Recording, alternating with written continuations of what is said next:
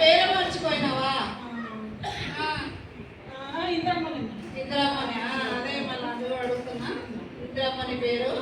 సరే, నీ వయసు చెప్పండి.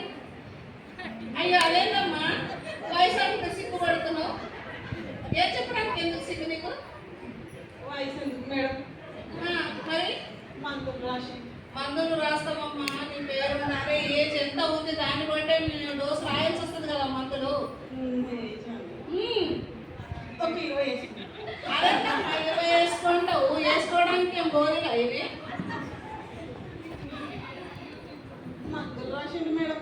మందులు రాస్తామా. నీ ఏజ్ కరెక్ట్గా చెప్పు. చెప్తే నేను దానికి తగ్గట్టు మందులు రాస్తాను. నీ ప్రాబ్లం తక్కువ అయిపోతుంది. ముందుగా 20 అను 10 వేసుకోండు. కరెక్ట్గా చెప్పు.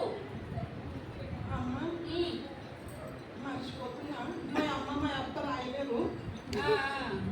ఒక 45 వేసుకొని రాసి మేడం. ఇక 45 వేసుకోవాలా? సరేమ్మా, నీ ఇష్టం. 45 వేసుకోమని దానికోసం నేను దానికి తగ్గట్టే డోస్ రాస్తా. దానివల్ల ప్రాబ్లం అయితే నాకు సంబంధం లేదు. సరే, సరే మంచి మందులే రాస్తా. నీ ఏజ్ అయితే కరెక్టే కదా 45? ఓకే ఓకే సరే, మందులు రాసిస్తున్నా. ఇవి 3 పూటలు వేసుకో. మళ్ళీ 3 రోజుల తర్వాత రా.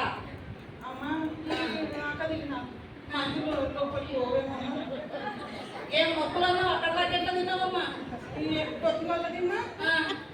ఇప్పుడు వచ్చేటప్పుడు అట్లా తినవద్దు కదమ్మా. గ్యాప్ ఇచ్చి తింటే ఆరోగ్యం ఉంటుంది. గ్యాప్ లేకుండా తింటే అనారోగ్యం రాకపోతే ఏమొస్తుంది? వేసుకోవాలి. 7 దాకా ఉన్న గోళీలు అయితే వేసుకోవాలి. అయితే తగ్గుతుంది. మరి రాసిస్తా. గోలి గొంతులో దిగకపోతే దాన్ని పౌడర్ వేసి నీళ్ళలో వేసుకొని తాగు. సరేనా? సరే సరే సరే వెళ్ళి.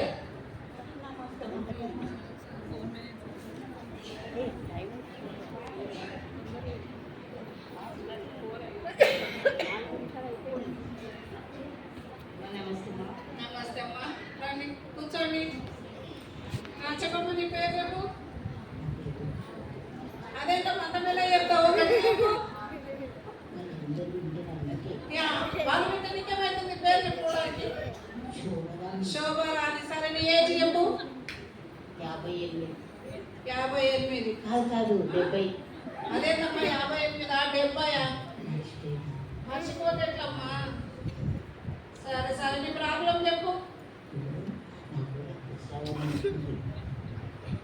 ఎప్పటి నుంచి? 12 సంవత్సరాల నుంచి ఎట్లా ఉంటున్నావు? ఎక్కడ చూపించుకోలేదా? మెల్లగా మాట్లాడితే డాక్టర్ దగ్గరకు వచ్చినాక ఏది దాపరికం ఉండొద్దమ్మా. ఈ రోజు కట్టదు. చూస్తే చూడండి, వాళ్ళకు కూడా ప్రాబ్లమ్స్ ఉంటాయి కదా. ప్రాబ్లం అంటే నీకు అక్క శుభక్క టైం అవుతుంది. సరే సరే, మందులు రాసిస్తున్నాను. ఇది వేసుకో. సరే వెళ్ళిరా. సరే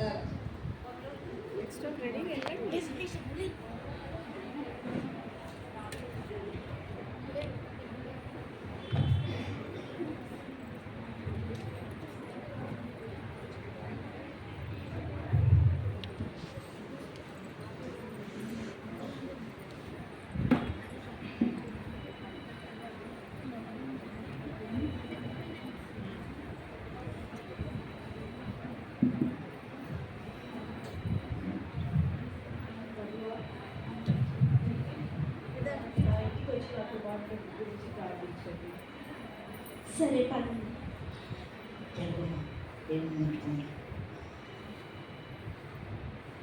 నా వస్త్రములు ముట్టినది ఎవరు?